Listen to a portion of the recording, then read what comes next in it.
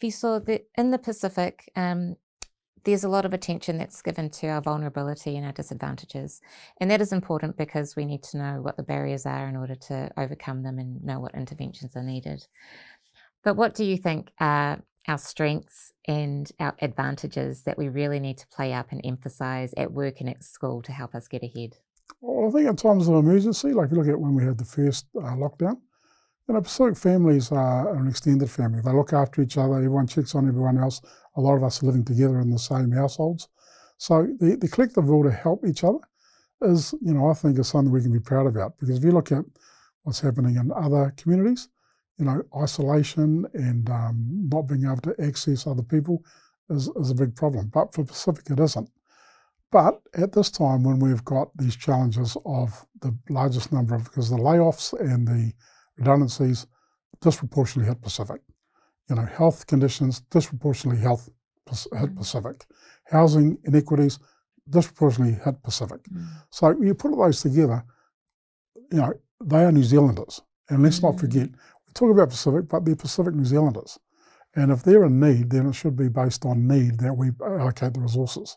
So that's what we should be advocating about. And so when I say, if this group gets 4 times more, this group gets 3 times more, if I look at what the disadvantages are and the needs, there should be significantly more increase for Pacific. But the other part of it is we have to change ourselves. The best helping hand that we can give ourselves is the one at the end of our own hand.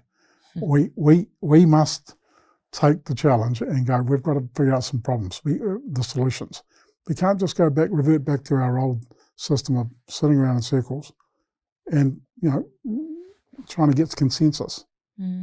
Because if you look at how the world solves their problems, there's normally some innovation comes, like for the tracing.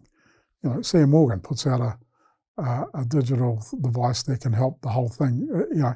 To me, that's crazy. We should be using that because that's going to automatically have everyone, traced.